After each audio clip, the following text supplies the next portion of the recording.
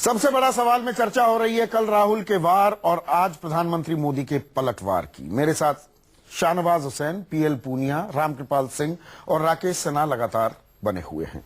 शाहनवाज भाई, रोहित वेमुला पर कोई जवाब नहीं दिया, जेएनयू विवाद पर कोई जवाब नहीं दिया, ईपीएफ के मसले पर कोई विवाद नहीं दिया, विवादित बोल जो थे आपके मंत्रियों के उस पर चुप्पी साध गए प्रधानमंत्री। क्यों? उसकी सफाई आप ही देंगे जैसा आपने ब्रेक में जाने से पहले कहा। संदीप जी, बात सही है कि मैं पार्टी का प्रवक्ता हूं, तो आपको पूछने का सारा अधिकार आपका है। लेकिन ये बताइए, अगर प्रधानमंत्री देश नहीं तो राहुल गांधी भी संसद नहीं। जो संसद में और लोग बोले उन सब का नाम प्रधानमंत्री ने लिया, राहुल गांधी जी का भी लिया, तो क्या था? ये कोई क्वेश्चन आवर था कि राहुल गांधी जी ने क्वेश्चन पूछा, फिर सप्लीमेंट्री पूछा, फिर प्रधानमंत्री आए, राहुल गांधी जी के भाषण का जवाब देके क्वेश्चन ओवर। पर जिन बातों पर सवाल उठ रहे हैं सरकार पर, क्या उनके जवाब नहीं, क्या उनके जवाब देना जरूरी नहीं है? उठ रहे हैं ना, अब आप कहिए। नहीं, आप तो कहिए कि कांग्रेस का नेता खांसी करे, उसके खांसी का भी सिरप हम बता दें, ये पी लो। नरेंद्र मोदी कांग्रेस के हर सवाल का जवाब रखते हैं और कांग्रेस की दी हुई हर मर्ज का जो देश को दिया है उसका इलाज रखते हैं। बस एक लाइन में ये समझ जाइए, उनके हर सवाल का जवाब और देश में 60 साल में जो मर्ज कांग्रेस ने देश को दिया उसका इलाज नरेंद्र मोदी रखते हैं। वो उन्होंने बता दिया। क्या रोहित वेमुला, राहुल गांधी जी को अगर रोहित वेमुला पर संसद होगी, राष्ट्रपति के अभिभाषण में रोहित वेमुला का नाम था क्या? बोलिए ना, जेएनयू का नाम था क्या? अरे राष्ट्रपति के अभिभाषण पर जब देश का नेता बोलता है, हम लोग पार्लियामेंट में बोलते थे तो लोग कहते थे विषय पे आइए, ईपीएफ पर विवाद हो गया है, शेयर से इंस्ट्रक्शन होता था, ईपीएफ पर विवाद हो गया है। आप सैलरी बोलेंगे पार्लियामेंट जैसे व्यक्ति की बुढ़ापे का जो सहारा है, बुढ़ापे की लाठी, उस पर भी आप ब्याज लगाने वाले हैं, उस पर बोलना चाहिए था कि नहीं? हाँ जी संदीप भाई, हाँ, आप खुदा करे कभी आप राज्यसभा लोकसभा में जाएं कभी, तो आप देखिए कि इन चीजों पर विवाद जब बजट पर चर्चा होगी तब जवाब होगा कि राष्ट्रपति के अभिभाषण में ईपीएफ पे बात होगा। ये गैर जरूरी गैर वाजिब मांगे उठा रही है बजट। कांग्रेस थोड़ा डिसाइड करेगी। सरकार का ये जवाब, बीजेपी का ये जवाब जो अभी शाहनवाज हुसैन दे रहे हैं, रामकृपाल सिंह से मैं जवाब ले लूं, मैं रामकृपाल सिंह से जवाब ले लूं। शाहनवाज भाई, जब बजट पर भाषण होगा आगे अभी कोई संसद खत्म थोड़ा होगी और चीजें भी उठेंगी। देखिए, मैं एक बात कहा नहीं, बजट शाहनवाज भाई होगी, न कि अभिभाषण पे होगी। शाहनवाज भाई जी देखिए, हकीकत यह है, न राहुल गांधी, नरसिम्हा राव और मनमोहन सिंह हैं, ना मोदी जी अटल बिहारी वाजपेयी हैं, और आज की संसद वो संसद भी नहीं है। वो है कि तू खुदा है न मेरा इश्क फरिश्तों जैसा, या अब न वो है न अब न वो मैं हूं न तू है न वो माजी है फराज। अपोजिशन सवाल इस बात का नहीं है। देखिए संदीप जी, आज सारा मीडिया राहुल के भाषण को दिखा रहा है, खड़गे पर कहीं बात नहीं हो रही होगी। तो डिफैक्टो एक विपक्ष की तरफ से जो अटैक होना चाहिए, राहुल जी उसका प्रतिनिधित्व कर रहे थे। सवाल व्यक्ति का नहीं है, सवाल है कि किस लेवल से बात शुरू होती है, किस मौके पर शुरू होती है। बात निधन पर भी होनी चाहिए, लेकिन अगर किसी के जन्मदिन पर कोई चीज जा रहा है और वहां बरसी की बात करे तो अच्छा नहीं, वो 13वें की बात करे तो अच्छा नहीं लगता है। मैं ये नहीं कह रहा हूं कि नहीं देना चाहिए था, वो सवाल उठेंगे, सवाल तो सत्ता को देना ही पड़ेगा जवाब। लेकिन मेरा कहना है कि पहले दिन जो बहस का स्तर रहा वो इस बात का नहीं था कि हम ये नहीं कह सकते हैं वो तो चलो राहुल पर मुझे एक बात समझ, लेकिन मैं इसी पर आ रहा हूं। लेकिन ये सही है कि अगर आज कम से कम सत्ता पक्ष के लोग होते तो जिस लेवल पर खड़े थे उससे ऊपर उठ करके अपना एक बड़प्पन दिखा सकते थे। मुझे एक और बात राकेश सिन्हा को क्योंकि जाना है, राकेश सिन्हा मुझे एक चीज समझाइए, इतना लंबा सिलसिला करने की जरूरत क्या है? ये एक वैलिड पॉइंट है और यहाँ पर मैं मीडिया की एक कमी भी हाईलाइट करना चाहूंगा। जो रामकृपाल सिंह कह रहे थे कि भाई मल्लिकार्जुन खड़गे जो नेता प्रतिपक्ष हैं सो कॉल्ड, उनके भाषण को हम लाइव नहीं काटते। राहुल आते ही तो फिर राहुल और फिर उसके बाद प्रधानमंत्री और फिर मीन में एक निकालने का सिलसिला शुरू हो जाता है। पर उस गेम में बीजेपी क्यों फंस रही है? प्रधानमंत्री भी कुछ कह रहे हैं इशारों इशारों में, वित्त मंत्री अपना फेसबुक पर ऑनलाइन पोस्ट कर रहे हैं, सुषमा स्वराज भी रिएक्ट कर रही हैं, राजनाथ सिंह भी बोल रहे हैं। ये तो आइडियल सिचुएशन है, डूबते को तिनके का सहारा चाहिए था, यहां तो आप शहतीर प्रोवाइड कर रहे हैं कि हाँ आ जाइए। या इसमें कोई खेल तो नहीं? देखिए ये देखिए अब सवाल में जो पूछ रहा हूं, इसमें खेल तो नहीं? मैं समझ गया कि राहुल को थोड़ा सा बनाए रखो, केजरीवाल और ये बाकी ना आ जाए, ये ज्यादा बड़ी दिक्कत का सबब। एक बड़ा बुनियादी सवाल है कि देखिए राहुल गांधी कांग्रेस के प्रतिनिधि हैं, हम माने या ना माने, राहुल गांधी चाहे जैसे भी हों, उनकी समझदारी बहुत परिपक्वता वाली हो, अपरिपक्वता वाली हो, मैच्योर हो, मैच्योर नहीं हो, वो सवाल नहीं है। कांग्रेस उनको अपना नेता मानती है। इतने बुरे दिनों में भी 44 सीट आने पर भी कांग्रेस में उनके खिलाफ एक बगावत का शब्द क्या उनकी आलोचना तक नहीं हुई है। बड़े पुराने नेताओं को किनारे लगा दिया गया, फिर भी वो चुपचाप बैठे हुए हैं। तो जिस कांग्रेस का प्रतिनिधि राहुल गांधी हैं, जिस कांग्रेस का idea of Congress miss Rahul Sonia, उस राहुल गांधी को की उपेक्षा करना गलत होगा। राहुल गांधी ने जो कुछ भी कहा उसका जवाब प्रधानमंत्री को देना था। खड़गे साहब क्या हैं, नामांकित इग्नोर कर देते नहीं, नामांकित नहीं, इग्नोर नहीं करना चाहिए, क्योंकि राहुल गांधी जब सरकार का तंज इग्नोर नहीं किया, साल भर बाद मेरी बात बजट आपको धोती कुर्ते वाला देना पड़ गया। मैं राहुल जी के बारे में जो बात कहना चाहता हूं, जो पुनिया साहब अपना जवाब दें। देखिए राहुल जी की कमी क्या है।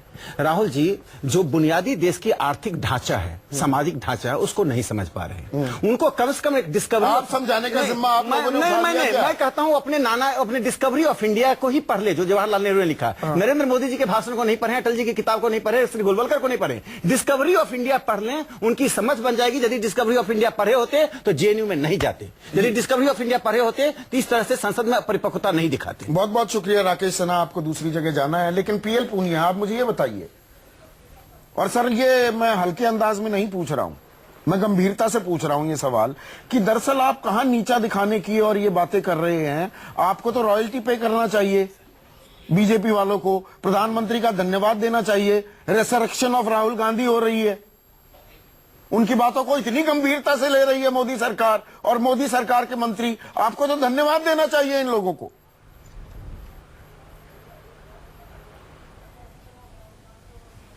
देखिए संदीप जी, मोदी सरकार हो, उनके मंत्री हो या भारतीय जनता पार्टी हो, वो राहुल फोबिया से ग्रसित है। हर चीज में उनको राहुल जी दिखाई देते हैं। अच्छा। और उसी के बारे में आप छोड़ दीजिए राहुल जी, आप छोड़ दीजिए राहुल जी ने क्या कहा है आपको। और जितने भी नेता हुए, जितने भी दलों से लोग बोले हैं, वो उन्होंने पाकिस्तान का मुद्दा उठाया, उन्होंने रोहित वेमुला का मुद्दा उठाया, उसमें जेएनयू का मुद्दा उठाया, उन्होंने ईपीएफ का मुद्दा हर हालत में उठाया। जो देश के सामने जो मिनिस्टर जिस तरह के बयान दे रहे हैं, जिस तरह से पार्लियामेंट को गुमराह करने का आरोप उन पर लग रहा है, वो सब लगा है। एक प्रधानमंत्री से अपेक्षा है, वो सरकार के मुखिया है, सरकार देश उनकी तरफ देखता है। मेरे सवाल का जवाब नहीं दिया, आना चाहिए, नहीं आना चाहिए। मेरे सवाल का जवाब नहीं दिया। आपको ये कहने के बजाय कि प्रधानमंत्री ने नीचा दिखाया कांग्रेस को, आपको तो धन्यवाद देना चाहिए कि पॉलिटिकल रेलेवेंस बनाए रखी है राहुल गांधी की।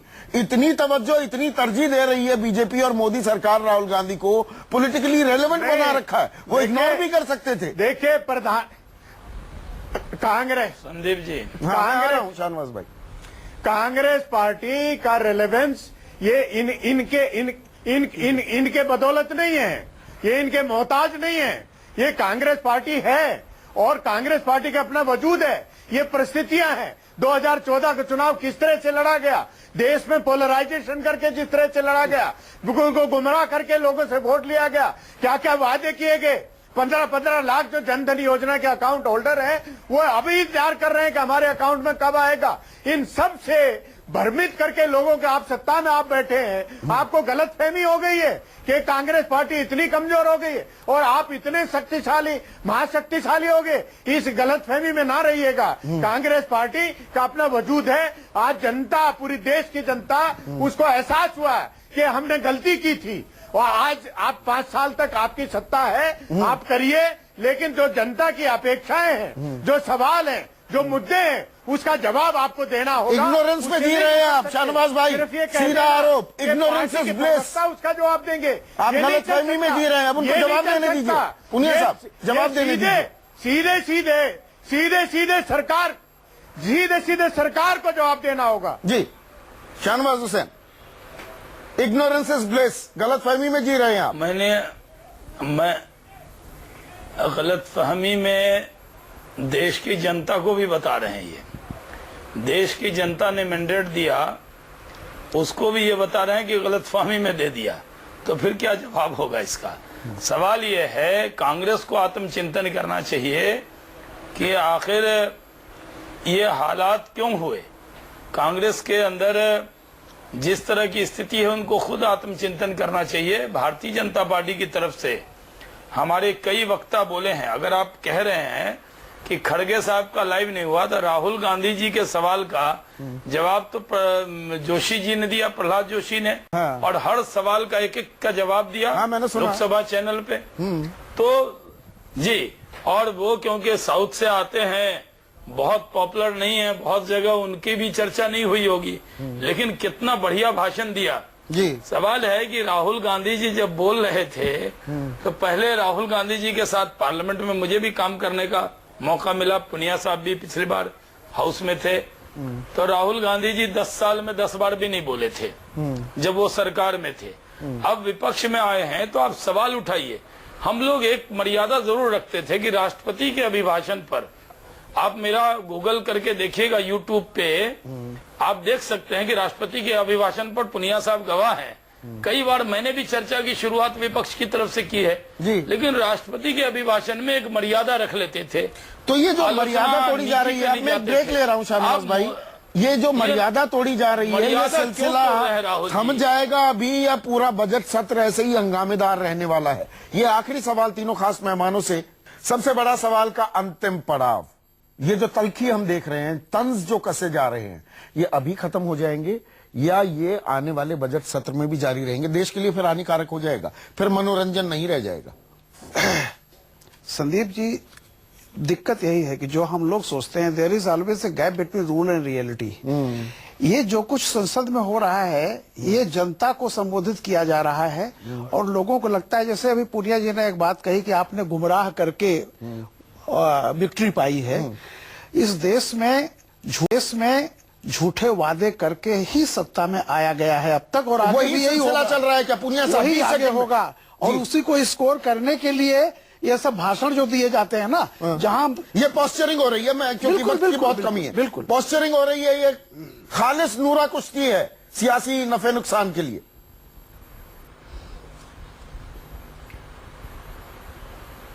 पुनिया साहब, नहीं, नूरा कुश्ती नहीं है।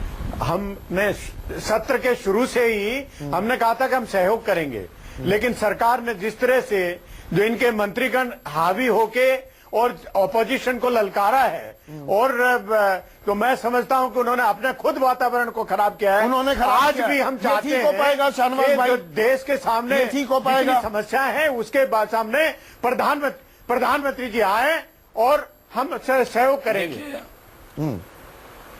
देखिए, आज प्रधानमंत्री जी ने एक आईना दिखाया है जी। ये कहा ये सब बिल क्या है, ये बिल आपने शुरू किया, आपके पहले कई योजना शुरू हुई, आज ये संसद बहस की जगह है, संसद हंगामे की जगह नहीं है जी। अब फिर ये लोग कहने लगे आप लोगों ने किया, ठीक है, आप लोगों तो ने किया, मतलब ये जवाब ये आ जाएगा। हंगामे की जगह ना सवाल बने। ये है कि अभी वर्तमान में आइए, इसी उम्मीद के साथ संसद शाहनवाज चलाइए। हुसैन, रामकृपाल सिंह, पीएल पुनिया, बहुत बहुत शुक्रिया।